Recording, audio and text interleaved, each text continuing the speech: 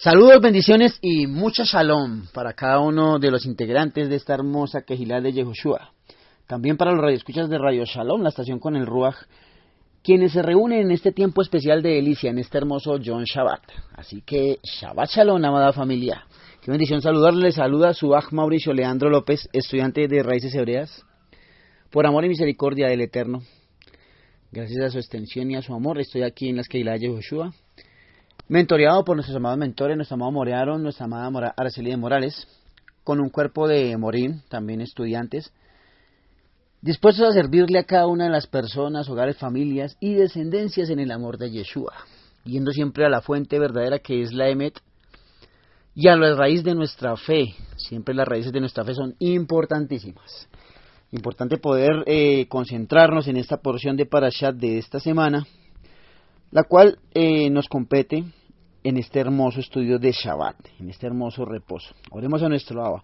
Abba Padre, te doy gracias, precioso Elohim, por este tiempo, este hermoso privilegio de compartir tu verdad y tu palabra, Señor, también algunos de tus secretos para con tus hijos, para con tu hermosa Kehilá. Sigue uniéndonos en esa unidad del amor que tú pones en cada uno de nosotros, pero también ese amor que nos ayudas a desarrollar para que seamos genuinos, así como tu precioso Melech Yeshua HaMashiach, el Rey de Reyes y Señor de Señores. Gracias, precioso Elohim, porque sigues ayudándonos, hasta aquí nos has ayudado y sigues ayudándonos. Gracias por este tiempo de delicia. Habla a las mentes, los corazones de mis hermanos, y asimismo, precioso Elohim, que todo se guíe y se mueva de acuerdo a tu buena y agradable voluntad perfecta, precioso Elohim. En el Shem de Yehoshua HaMashiach declaramos que el Ruach HaKodesh sea actuando en cada una de las mentes y en cada uno de los corazones de los que estamos aquí presentes, precioso Elohim. En tu Shem, Yeshua HaMashiach, amén y amén. Entonces hablábamos de esta Parashat 38, es la Parashat Miketz. Estaremos enfocados en Génesis 41, 1 al 37, Isaías 29, 8, en el Salmo 38 y en Mateo 2, 1 al 23. De esta porción podemos extraer diferentes cuestiones importantes, encontrando en Génesis, mis amados Ajim Bejayot, la continuación del tema de los sueños del soñador que es Joseph.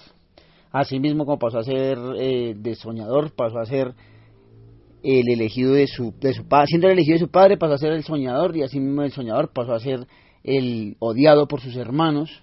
Envidia, egoísmo, terminó en una cisterna, terminó pues obviamente siendo un esclavo, vendido a Egipto, luego pasó a ser un gran siervo en la casa de Potifar, y luego fue perseguido por la pasión y por las cuestiones de las tentaciones carnales, y asimismo pues llegó a la cárcel con la misma posición, ¿sí?, que el Eterno permitía darle, de acuerdo a la profundidad de su relación con el Eterno.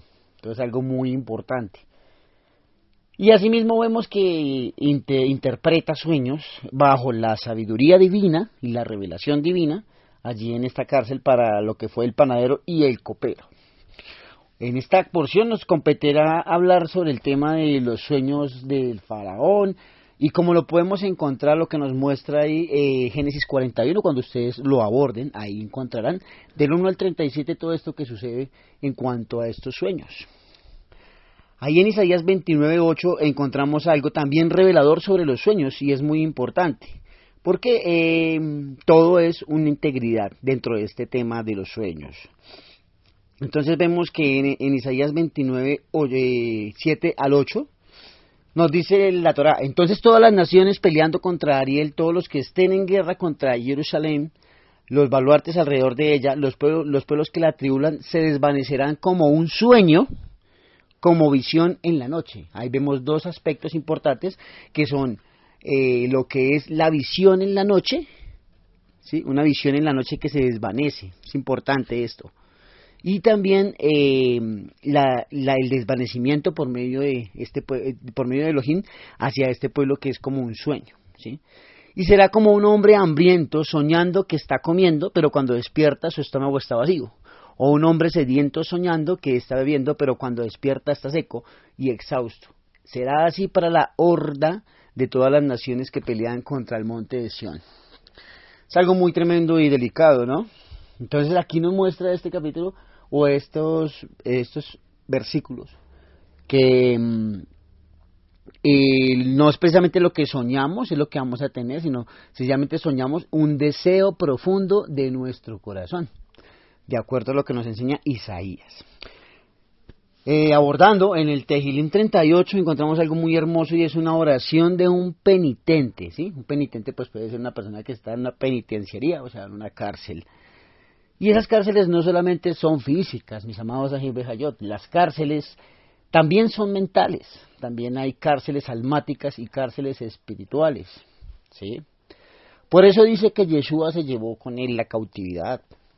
Entonces ya no somos cautivos, pero cuando estamos verdaderamente en Yeshua, mis amados Ajim Bejayot, al estudiar y abordar y meditar sobre este Tejilín 38, encontramos cosas muy fuertes y contundentes de la situación de una persona como fue David, pero en este caso, pues expresando todo su nivel almático, encontramos cosas muy fuertes, como por ejemplo el verso 5 donde dice: tengo llagas que hieren y supuran a causa de mi necedad. Entonces, cuando hay necedad, cuando somos necios ante el Eterno, vienen juicios hacia nuestra vida y nuestra salud es afectada, así como lo estamos viendo en este Tejilín. Entonces es muy importante entender esta advertencia del Eterno, ¿sí? Esta advertencia que no es solamente para uno o dos personas, es para toda su quejilá, para toda su iglesia. Es importante que entendamos que la misma Escritura nos dice que no hay ni un justo, somos justificados en Yeshua, pero entonces es necesariamente y genuinamente vivir en Yeshua y ser uno con Él. Es algo muy tremendo y contundente. En el verso 12 de este Tejilín encontramos: aquellos que buscan mi alma me ponen trampas, los que hablan de hacerme daño hablan vanidades y maquinan engaños el día entero. Pero soy como un hombre sordo, no los oigo, y como un mudo no digo ni una palabra. Sí, me he vuelto como un hombre que no oye, en cuya boca no hay defensas. Porque es en ti, oh Jehová, que yo espero, tú escucharás, oh Adonai, mi Dios. Entonces algo muy importante. Y ya en el tema de Mateo vemos otra división, ¿sí? Otra subdivisión dentro de la dimensión de los sueños. Entonces encontramos ahí en Mateo, verso 9, Mateo 2:9, encontramos que después de que ellos escucharon al rey se fueron y la estrella que habían visto en el oriente iba delante de ellos. Esta es la señal que tenían para encontrar la Mashiach. ¿Quiénes? Pues los conocidos sabios de Oriente, o bueno, reyes magos, como lo conocen otros movimientos religiosos, ¿no?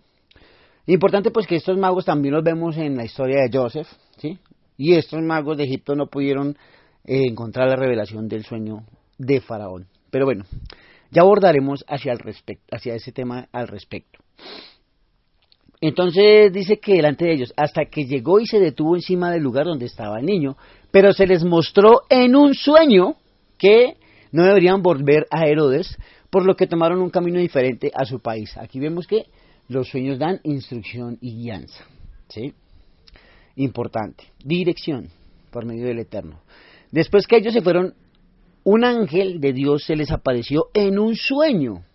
Sí, se le apareció en un sueño a Joseph. ¿A quién? Al papá, padre putativo de Yeshua, José, el esposo de María.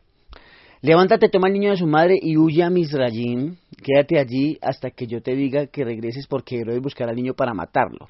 De esta manera, las palabras dadas por el profeta Jeremías se cumplieron, de acuerdo a lo que nos enseña Jeremías 35:15. Después de la muerte de Herodes, un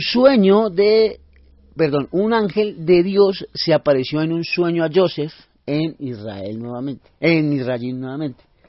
y nuevamente le dio nuevas instrucciones. Entonces vemos que el estar cercanos a Yeshua, en este caso como es su padre y como eran los reyes magos, estos sabios de Oriente, estaban cercanos en el espíritu a él, ¿sí? Pero Joseph estaba cerca de él porque era el padre putativo, era el que estaba ahí como ese padre que debe cuidarlo terrenalmente, siendo un bebé. Entonces, asimismo, al estar cerca de Yeshua, vienen esas revelaciones por medio de esa dimensión de los sueños. Bendito sea el Eterno. Entonces abordemos. Sabemos de que Joseph estaba en la cárcel y fue olvidado por el mayordomo real. Y este abandono ya hacía más o menos 2 años que se había dado. Pero Jehová tenía un propósito en esta demora. Y ahora el propósito se explica, ya que lo encontramos de a lo que viene sucediendo y a lo que tiene que pasar. Después de todo, si Jehová lo hubiera querido, el mayordomo había podido recordar a Joseph en un año o mucho antes, pero Jehová se movió en su tiempo perfecto. Muchas lecciones se aprenden de cada una de estas cuestiones, mis amados Ajim Bejayot, y a veces lo bueno que hacemos parece no tener una recompensa. A veces la espera es un tema común en la vida de cada creyente, ¿sí? Y es importante entender esa espera. Importante saber que no esperamos solamente en Dios, sino con Él, ¿sí? Es importante, en y con. Aleluya. Bien. Jehová a menudo nos llama a esperar mucho y mucho más tiempo del que a nosotros nos gustaría. Jehová a menudo designa nuestros comienzos y nuestras paradas de acuerdo a su voluntad buena, agradable y perfecta para moldear nuestro carácter. La mano de Jehová estaba en todo esto que pasaba, pues cuando fue el tiempo correcto, el mayordomo supo exactamente dónde encontrar a Joseph. Si él hubiera sido liberado antes, ¿cómo lo habría encontrado? ¿Sí? Entonces, fue encontrado por el mayordomo de acuerdo a una petición de el faraón. Tuvo unos sueños, en estos sueños habían unas vacas gordas, como lo encontramos en la escritura, y lo podemos abordar, lo que conocemos de la historia. Había unas vacas gordas que estaban comiendo, y llegaron unas vacas flacas y se comieron a las gordas. Y lo mismo sucedió con una visión de espiegos de trigo. Entonces es algo importante saber de que son 7 vacas y 7 flacas y 7 gordas.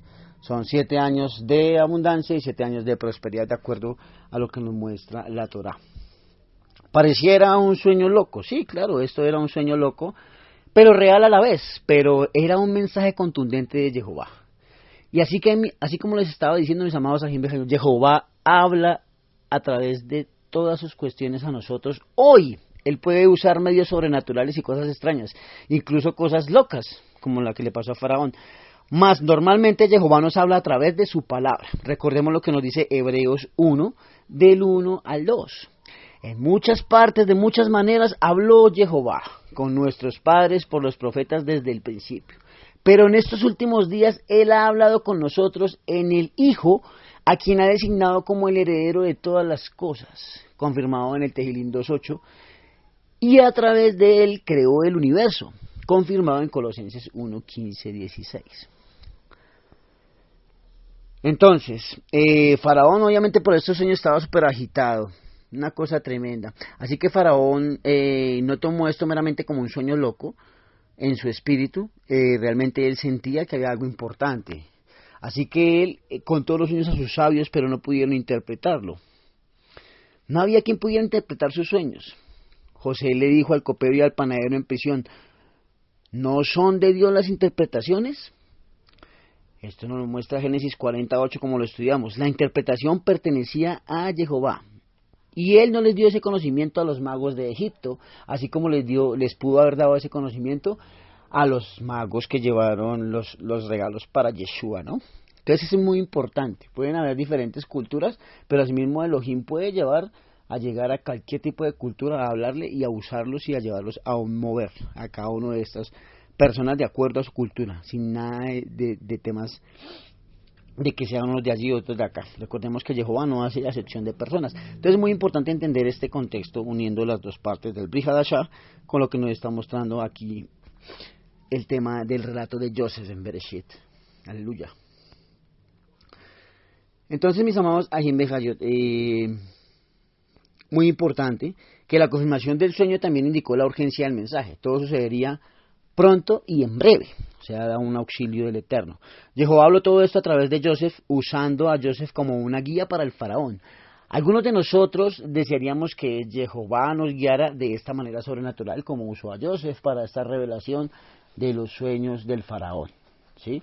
Pero esa sabiduría venía del cielo.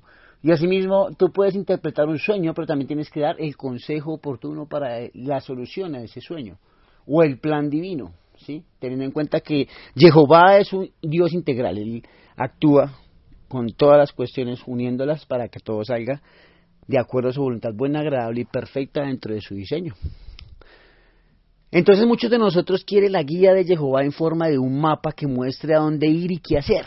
En lugar de eso, Con frecuencia Yeshua viene a nosotros como una guía, diciendo, quédate cerca de mí y te guiaré en el camino.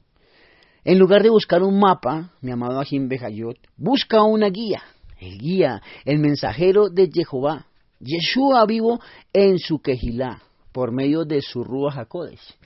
Es exactamente la clave. En este punto que estamos estudiando, Joseph le dio a Faraón conocimiento, ¿sí?, diciéndole lo que sucedería, como se reveló en sus sueños. Y estos sueños eran un mensaje de Dios directamente. Ahora Joseph comenzó a aplicar la sabiduría al conocimiento, ¿sí? Importante saber que tenemos conocimiento, pero podemos aplicar y debemos aplicar esa sabiduría divina, ¿sí? Es bueno recordar la diferencia entre sabiduría y conocimiento. El conocimiento nos dice lo que está pasando, la sabiduría qué hacer al respecto. La sabiduría está dirigida a la cura. El conocimiento es bueno y necesario, pero simplemente no es suficiente. Nuestro mundo tiene mucho más conocimiento que sabiduría. Este mundo terrenal, el casco de Edom, ¿sí?, tiene bastantes conocimientos. Y cuando vamos a mirar, realmente son conocimientos vanos. Algo tremendo. Lo podemos ver en nuestros científicos, poetas, políticos y todos los demás pueden con frecuencia ver los problemas que existen día a día. Pero la verdadera sabiduría ve que Yeshua realmente es la respuesta a cada una de las cuestiones y razones. Por eso seguimos orando por cada una de las naciones, para que sea acercado el diseño político del Dios en esas personas, ¿sí?, desde el temor de Dios, el temor reverencial al soberano Elohim. Aleluya. En su sabiduría dada por Jehová, Joseph vio que esta gran crisis que venía requería una administración adecuada. El problema tenía que ser entendido. El objetivo y la visión para encontrar la meta tenían que ser formulados. La gente correcta tenía que ser puesta en el lugar correcto. Gobernadores sobre el país, con ese entendimiento. Ellos tenían que entender la gran visión y su rol en ella. Alguien tenía que asegurarse de que todo estuviera funcionando de acuerdo a ese plan. Y el trabajo tenía que medirse. Así que Jehová usaría un hombre para poder hacer que todo esto estuviera en su lugar. No pasaría por lo que normalmente consideramos un milagro realmente. Estudiando más a profundidad, la quinta parte, que significa un 20% de impuesto, es lo que iba a tomar Joseph. Algunas fuentes antiguas sugieren que Faraón normalmente tomaba el 10% de los granos en Egipto como un impuesto. Si esto así suele ser cierto, entonces Joseph dobló los impuestos los próximos 7 años para poder abarcar el tema. El país no perecerá de hambre, nos enseña la Torá. Joseph sintió que había una gran razón por la que Jehová le dio esta palabra a Faraón. Era para que él pudiera prepararse para la crisis venidera, y esto no fue simplemente un chisme, respetuosamente hablándolo, que fuera desde el cielo hacia la tierra. Fue un llamado urgente a la acción. Así que Jehová satisfaría la necesidad a través de un hombre. Jehová siempre trabaja a través de hombres que realizan tareas sobre la tierra. Faraón entendió que Joseph no solamente tenía la verdadera interpretación del sueño, sino también el verdadero consejo para responder al mensaje del cielo. Importante siempre responder a los mensajes del cielo. Faraón tenía muchos sacerdotes, magos y hombres santos, lo que no tenía hasta llegar José, ya que era un hombre con el espíritu de Jehová, y esto hace a Joseph sobresalir entre los demás. Y esta es la primera mención en la Torá en donde encontramos al Ruach HaKodesh sobre un hombre. Es interesante notar que esto es en lo que respecta a cosas más prácticas. Joseph no tuvo que predicar un sermón o dirigir una oración para que Faraón, viera el espíritu de Jehová sobre él. Él pudo verlo en su carácter, en su mensaje, en su conocimiento, en su sabiduría y en su humildad. Aleluya. Joseph tenía el conocimiento y la sabiduría, pero Faraón tenía la elección de qué hacer con esta situación. Él eligió darle a Joseph la autoridad sobre todo. Él no dijo, gracias por el consejo, lo manejaré yo mismo. Faraón, sabiamente se rindió al conocimiento, la sabiduría y la autoridad de Joseph. Así que Joseph estaría sobre la casa de Faraón, sobre sus negocios personales. Joseph gobernaría sobre todo el pueblo de Egipto de acuerdo a su palabra. Y Joseph sería el segundo en el reino después del Faraón. Joseph tendría la autoridad sobre toda la tierra de Egipto. Joseph parecía ser un éxito de la noche a la mañana. En verdad, su viaje desde la cisterna hasta la cima tomó 13 duros años, ¿sí? Estos 13 duros años fueron de transición y de moldeamiento del carácter en este hombre, en Joseph. Asimismo puede pasar en nosotros, mis amados Ajim Bejayot, transiciones diferentes. Y entender que el Eterno está formándonos y ser corregidos y sobre todo vivir con ese temor reverencial hacia el Eterno, ¿sí? Esa parte de la historia de Joseph nos recuerda algunos importantes principios con respecto a la promoción y al avance. La promoción y el avance son del Señor, mis amados Ajim Bejayot. Lo vemos en el Salmo 75, 6, 7. Claro, muchos de nosotros quisiéramos ser aplaudidos, es bueno ser aplaudido en un momento de honra, en un avance en tu vida, en un diplomado, en cualquier tipo de situación de ascenso. Pero lo más lindo e importante es que nos aplauda el cielo, que nos aplauda el Eterno, ¿sí? Que nos aplauda Yeshua, que nos aplauda el Ruach HaKodesh, por esas buenas acciones acercadas hacia su corazón, vivir sus sueños. ¡Qué hermoso! ¿Sí? Abordando en este tema del avance, esto no es decir que el trabajo duro, la preparación, los buenos hábitos y otros aspectos humanos no contribuyen al éxito. Claramente, esto sí lo hace, ¿sí? Pero aún estas cosas son regalos y habilidades de parte de Jehová y deben ser consideradas con humildad y gratitud hacia Él, mis amados Ajim Bejayot. La promoción y el avance nunca son suficientes sin nuestro amado Elohim Jehová. No puedes ser promovido o avanzar en donde dejes de necesitar a Yeshua. Con frecuencia la promoción y el éxito nos hacen ver nuestra necesidad de Yeshua más que nunca. Yeshua recibió la última promoción o avance que él podía tener, ¿sí? El camino de Joseph de humilde siervo y prisionero a poderoso gobernador se convierte en una profecía del mismo Yeshua. Otra vez vemos la sombra de nuestro Elohim, de nuestro Melech, Yeshua, por medio de nuestro Elohim aquí en la vida de Joseph. Lo hemos corroborado en el Brit Hadashah, Filipenses 2, 5, 11, en donde nos describe esta última gran promoción. Esto es algo muy importante, ¿no? Y tremendo poder seguir abordando. Así pues, mis amados Ajim Bejayot, estuve consultando nuevamente sobre esta dimensión de los sueños. Bendito sea el Eterno por sus vidas y también por mi vida, porque pues Él es el que me permite abordar esos temas para compartirlos con amor con ustedes, mis amados Ajim Bejayot. Y qué bueno y precioso. Entonces entendemos que los sueños se presentan a través de imágenes, más que de palabras. Las imágenes constituyen el lenguaje de los sueños. Las palabras son privativas de quienes las comprenden. En contraposición, las imágenes son universales, ¿sí? O sea, no conocen fronteras. Entendámoslo viendo la diferencia entre una canción con letra y una melodía, ¿sí? O un instrumental. O una melodía sin ningún tipo de letra. Bueno, como ustedes lo puedan entender. El concepto palabra está relacionado con revelación. Existen palabras del habla y palabras del pensamiento. Estas últimas se refieren a la revelación de un concepto en la mente, el cual al menos hasta entonces ha permanecido en un estado latente, mis amados Ajim Bejayot. Y este estado latente ha sido algo oculto. Las palabras del habla tienen el poder de revelar el concepto a terceros, pero dejan bajo un manto de ocultamiento al ser que las emite.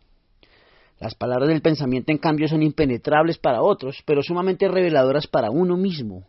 A este nivel pertenecen las melodías puras, aquellas que son sin palabras, que fluyen de lo más profundo del ser, tal como las imágenes oníricas son el reflejo de la psiquis de la persona. Cuando hablo de esta palabra onírica, mis amados Ajim Bejayot, es netamente hablando de esas imágenes del sueño, ¿sí? Es importante que de pronto el que no lo supiera, pues te lo explico de esta forma breve, ¿sí? Entonces vemos que la psiquis de una persona en un nivel que las palabras, siquiera palabras del pensamiento, podrían jamás revelar. No en vano se define a los sueños como el camino directo hacia el inconsciente de cada una de las personas. Así que las imágenes constituyen el lenguaje de los sueños y tal como lo analizamos, hay diferentes significados para sueños idénticos. Las imágenes oníricas, los símbolos que visualizamos en nuestros sueños, tienen significados distintos según cada soñante y de hecho así lo plantea el Talmud ahí en el Brajot 57a y ofrece varios ejemplos entre los cuales nos cita el siguiente. Y es el que sueña con granadas partidas al tiempo si es un sabio que aguarde a adquirir mayores conocimientos de Torá, como expone el versículo. Te daré de beber vino aromático, jugo de mis granadas. ¿Sí? Y todo eso son expresiones de un libro de la Torá que es Cantar de los Cantares. Y si es un ignorante, sin duda no puede entenderlo y va a actuar de una forma de acuerdo a su propio pensamiento, creyendo que es bueno. Y asimismo nos les pone el versículo. Cual granada partida son tus rajatek. Los rajatek, textualmente sienes o mejillas. ¿Pero qué significa rajatek? Que incluso los ignorantes del pueblo, ¿sí?, están colmados de buenas acciones como semillas de una granada. En otras palabras, hablamos entonces de un inconsciente personal, una denominación que obedece al hecho que procede de la experiencia personal adquirida nata de cada una de las personas y como tal es propia y específica de cada individuo. Por ello, remitiéndonos al ejemplo citado del símbolo granada, significaría una cosa u otra según el soñante, sea un sabio o sea un insensato o un lego, ¿sí? Entendamos lego una persona que no tiene mucho abordaje en escudriñar, en leer, ¿sí?, que poco consulta. Al respecto, el Talmud, ahí en el Brajot, en el capítulo 9, nos expone que hay símbolos oníricos universales, comunes a todos los seres humanos, lo que se define como arquetipos del inconsciente colectivo. Pero también están las subdivisiones del citado inconsciente colectivo, los subgrupos de gente afín, ¿sí? Estos subgrupos tienen determinados códigos que los propios tienen y son de ellos, y lo cual adquieren un valor y son comprensibles como tales son entre ellos, ¿sí? Hablemos de niveles sociales, ¿sí? Entonces, niveles culturales, grupos, bueno, diferentes cuestiones. Por ejemplo, en la India los vacunos tienen un estatus de sagrados, ¿sí?, lo que son los vacunos, al igual que los corderos en el antiguo Egipto. Por lo tanto, para un nativo de la India soñar con un vacuno tiene el significado propio y específico de su comunidad, ¿sí?, diferente del que podría tener para alguno de nosotros que somos occidentales. Entonces es importante el pensamiento occidental, el pensamiento oriental, ¿sí? Y otra cuestión muy profunda más allá es la mentalidad hebrea, ¿sí? La mente de Yeshua, aleluya. Somos Israel, ¿no? Aleluya. Lo mismo es aplicable a los códigos que rigen entre grupos de adolescentes, dado el caso también, los cuales son válidos para ellos y entre ellos, y por lo tanto si un adolescente sueña con una imagen asociada a alguno de tales códigos, el significado de dicho sueño estará en función del marco de códigos en la que ese adolescente se desempeña. Así que el Talmud estableció que los símbolos oníricos deben interpretarse dentro del contexto en el que se manifiestan. Así, por ejemplo, el significado de soñar con un gato dependerá de la cultura a la que el soñante pertenezca. Y expone que si el soñante se encuentra en un lugar donde gato se dice sunra, el sueño se realizará como un canto placentero. En cambio, si se encuentra en un lugar donde se dice sinra, sufrirá un cambio para mal. La voz sunra es parónima de la expresión siraná, canto placentero. Y la voz sinra es parónima de siniura, que es cambio malo. Entonces es importante, ¿no? Aleluya. Abordemos más hacia la raíz. Adán, el primer hombre, ¿sí?, era una especie de sinercia, la suma de todas las almas de la humanidad, la expresión máxima del inconsciente colectivo de la humanidad toda. La transgresión de Adán produjo la caída espiritual de las almas, la cual continuó su curso hasta que a partir de la Torre de Babel la humanidad se disoció definitivamente para reagruparse en naciones, cada una con su propia lengua, ¿sí? Entonces por eso acá entendemos lo que estamos hablando desde el Talmud.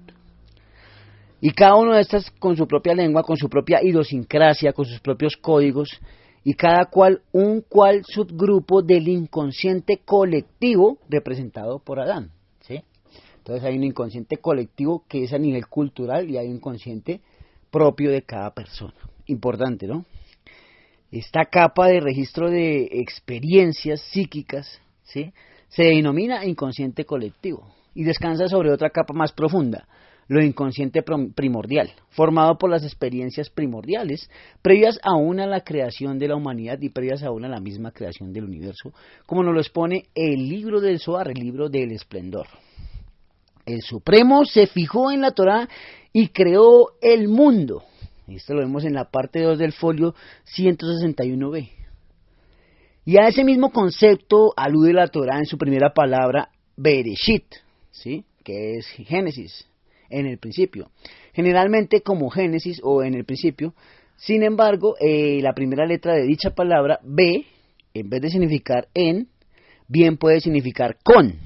Entonces quedaría con el principio, donde principio alude a la Torá misma, de modo que el significado sería con el principio, con la Torá, Él creó el universo.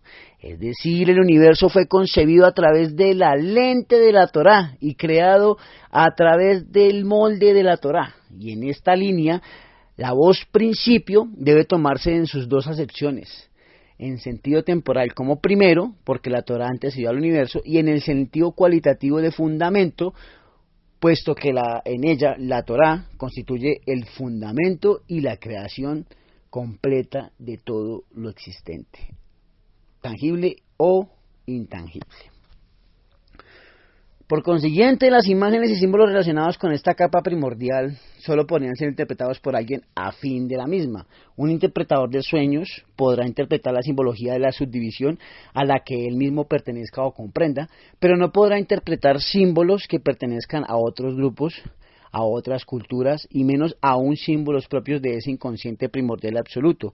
En cambio, un interpretador de sueños iniciado con esta sabiduría milenaria, versado en Talmud, dotado de Irat Mashamain, ¿sí?, que es temor reverencial hacia el Eterno, y observante de la voluntad divina, estará capacitado para interpretar los símbolos oníricos debidamente, merced a su conexión especial y esencial con el Supremo Elohim y con su Ruach HaKodesh, que es la inspiración divina, requerido para comprender el valor trascendental de cada uno de los sueños, más que el mero significado superficial de esos mismos sueños. El inconsciente requiere de un canal a través del cual habrá que de expresarse, canal al que llamamos lenguaje. Usualmente nos referimos como lenguaje a la manera que se comunican los seres humanos entre sí, pero lenguaje es también la manera en que uno se comunica con uno mismo, consigo mismo, la conexión de lo inconsciente con el ser consciente. Inconsciente que si no se expresa queda tan solo reducido a imágenes impenetrables que ni siquiera pueden ser llamadas símbolos, pues los símbolos son imágenes ya perceptibles para la mente consciente y así como existe un inconsciente primordial, también existe una lengua primordial, llamada así porque fue por medio de ella que el Supremo creó el universo a través de las 10 expresiones creativas. Es la lengua madre de todas las lenguas, la lengua de la creación. Sí, señores, les hablo del hebreo antiguo original. Y como tal constituye el ámbito apropiado en cuyo contexto habrán de interpretarse las imágenes y los símbolos oníricos, pues en definitiva, dichos símbolos son imágenes tomadas de la estructura del universo, creado justamente por medio de dicha lengua primordial, de modo que es ella la que establece el marco adecuado de interpretación, las pautas bajo las cuales los símbolos oníricos deben analizarse, trascendiendo de las diferentes interpretaciones que surjan de los códigos específicos de los diferentes subgrupos del inconsciente colectivo. Los sueños se hallan sumamente relacionados con el lenguaje verbal, ¿sí? Y todo idioma tiene su propio lenguaje onírico. Sin embargo, solo un iniciado en la Torá y en el Talmud sabrá que ello es válido para las lenguas específicas de cada pueblo en tanto subgrupos del inconsciente colectivo de la humanidad. Pero el hebreo, mis amados Sahim Bejayot, en su carácter, lengua madre de todas las lenguas, lengua con la cual el Supremo creó el universo, trasciende de dicha condición de su grupo para erigirse como lengua maestra, bajo cuyo análisis deberían analizarse los símbolos de los sueños en general. Pues solo bajo su dominio las imágenes de los sueños cobrarán real valor en la Emet, en la verdad del Eterno, de acuerdo a sus sueños y su corazón, ¿sí? Entonces, algo tremendo, muéstranos lo que tú ves, Elohim. Es como un Osana. Y ese ven pronto, Osana, pues obviamente muéstranos lo que tú ves. Y podemos ver lo que hacía Joseph, o sea, Joseph solamente ya sabía que el Eterno ya le había mostrado muchas cosas que debía hacer y le daba la shalom para poder hacerlas. Y asimismo la interpretación de los sueños, ¿sí? Entonces las imágenes constituyen el lenguaje de los sueños y tal como analizamos hay diferentes significados para sueños idénticos, ¿sí? Entonces es algo muy importante, mis amados Ajim Bejayot.